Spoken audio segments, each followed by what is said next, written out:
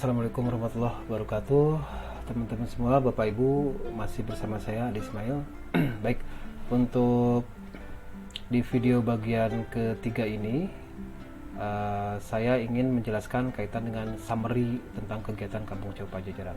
Jadi yang pertama adalah ini juga teman-teman semua, Bapak dan Ibu udah pada tahu ya bahwa Indonesia itu sebagai salah satu negara dengan sumber hayati terbesar di dunia ketiga kalau nggak salah ya, sebagai mega center of diversity gitu ya. Nah, tentu saja untuk pisang juga ini salah satunya ya, salah satu plasma nutfah yang cukup beragam di seluruh Indonesia barangkali ya. Nah, ini memiliki sifat adaptif. Coba teman-teman, Bapak Ibu semua, coba lihat pisang itu tumbuh dimanapun. Itu adalah hebatnya cau pisang, dia adaptif. Kegunaannya, wah ini beragam kegunaan dari ujung sampai akar sampai itu, ternyata semuanya sangat bermanfaat. Ini ada istilah banana dan plantain. Jadi banana itu pisang-pisang yang langsung dimakan, plantains itu adalah pisang-pisang yang harus diolah gitu ya. Nah, manfaat yang lain tentu saja ini sumber kalsium yang sangat tinggi. Kemudian juga untuk regenerasi jaringan, mencegah dan dari kejangnya otot. Nah, mengapa para olahragawan dunia itu makannya itu bukan surabi, makannya itu bukan bubur, makannya bukan roti, makannya adalah pisang. Sebelum tanding dia makan pisang. Ini ternyata untuk menjaga kejang otot, karena sumber potasiumnya yang tinggi ini membantu otot-otot tetap bekerja dengan baik. Itu ya, jadi hebatnya pisang. Tentu saja dari sisi vitamin saya pikir umum ya. Baik, nah yang paling penting lagi adalah 10% dari produksi pisang di dunia itu Indonesia menyumbang. Oke, jadi nah kemudian juga 34% itu Indonesia menyumbang di Asia Tenggara, 34%. Itu hasil riset saya dan kawan-kawan. Kemudian apabila dibandingkan dengan komoditi lainnya, pisang itu menempati urutan pertama dari komoditi-komoditi lainnya. Wah, sehingga ini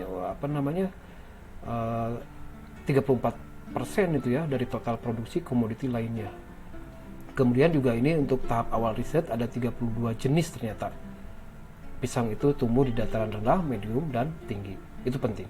Nah, kaitan dengan tujuan kegiatan, seperti pada video sebelumnya, dari keyword itu sudah saya jelaskan bahwa kita arahnya ke banana integrated farming, kemudian academic entrepreneurship, one local banana, one village, kemudian one banana, one person, OBOS, kemudian socio community entrepreneurship, kaitannya ke regeneration of farmer, mohon diperhatikan, participatory research, kemudian agroecological economic, itu ya basisnya nanti plasma nutfah, genetic diversity, dan keberlanjutan programnya seperti apa, itu ya. Nah, kemarin itu kegiatan-kegiatan udah dilaksanakan di 4 daerah lebih sebenarnya ya, mulai dari pertama itu di Jatigede, kemudian di Sendang Resmi, kemudian Jampang Tengah ya, Sukabumi, di Ciamis, Cibalong, di Limbangan, Purwakarta, Naringgul, Cianjur. Nah, semuanya ini adalah terintegrasi dengan kegiatan riset dan PKM saya. Jadi baik PKM KKNM atau KKN mahasiswa ataupun kegiatan riset partisipatif. Ini semuanya adalah lokasi-lokasi kegiatan yang saya integrasikan dengan riset dan kegiatan pengabdian pada masyarakat. Baik. Nah, histori dari Kampung Jauh Pajajaran berawal dari kegiatan saya di Tridharma Perguruan Tinggi.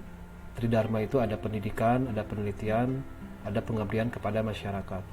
Di bidang pendidikan ya ini mah rutinitas saya ngajar gitu ya di beberapa mata kuliah di plant breeding. Kemudian di penelitian itu juga kegiatan rutin dana-dana dari Unpad dan dari Dikti, mulai dari peneliti muda dan seterusnya sampai IPTEK di Jatigede, Sumedang. Jadi semua itu ada kaitannya tadi ya di Jatigede, kemudian PUPT di seluruh Jawa Barat, dan seterusnya. Ini semuanya ada kaitannya, terintegrasi tadi dengan semua wilayah. Baik, berikutnya ada pengabdian kepada masyarakat. Nah, di sini skemanya sejak tahun 2010 sampai 2016, sumber dana dari Unpad dan dari Dikti. Ini mulai dari tadi ya, saya jelaskan KKNM PPMD integratif Cibiuk, kemudian tematik di Jampang Tengah tadi ya, Sindang Resmi, kemudian PPM prioritas di Jabar Selatan, kemudian Limbangan.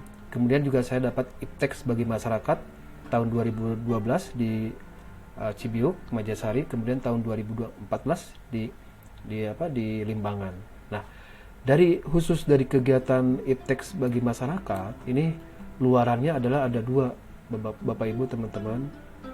Yang pertama adalah local knowledge, yang saya jelaskan di keyword itu inspiring banana, ini buktinya gitu ya. Saya udah membuat buku teknik budidaya sistem emas. Jadi nah ini adalah teknologi budidaya pisang sistem emas, buku pedoman budidaya pisang intensif dengan produksi maksimal. Ini ya. Baik. Berikutnya adalah Kampung Cau Pajajaran. Kampung Cau Pajajaran pun ini merupakan suatu luaran dari kegiatan IPM tahun 2014. Jadi dulu sudah dipublikasi di Dikti, ini kegiatan IBM-nya itu ini masyarakat, di masyarakat Limbangan ya, konsepnya tapi spot tanam pisang dalam pot.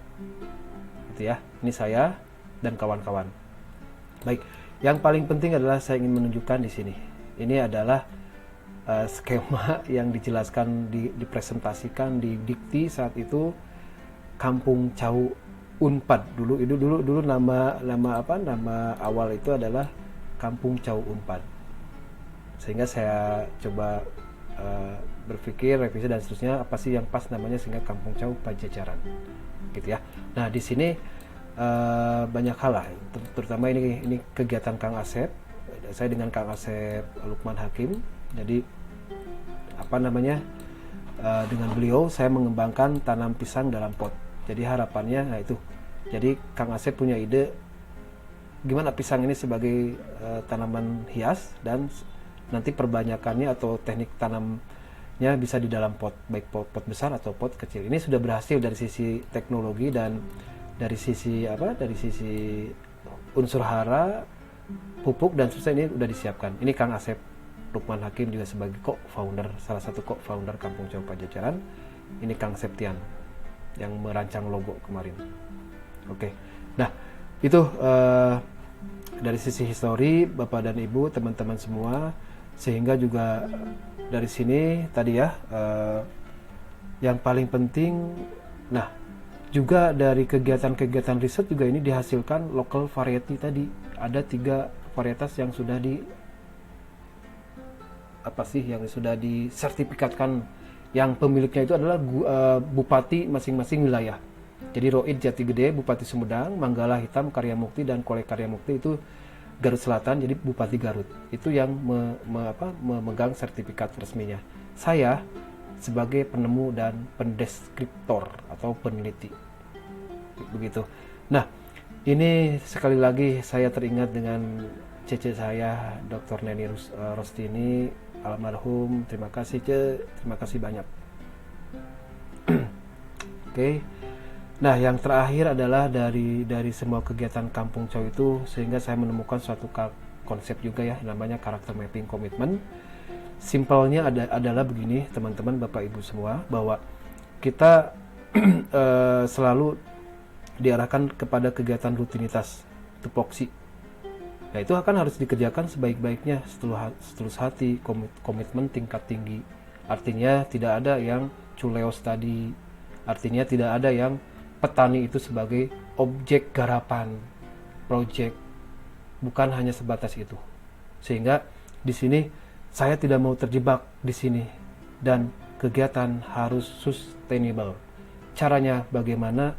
Ya, ayo kita sama-sama di Kampung Cau Pajajaran kita jalankan semua visi misi, kegiatan terutama bisnisnya harus jalan. Gitu, Bapak Ibu, teman-teman semua.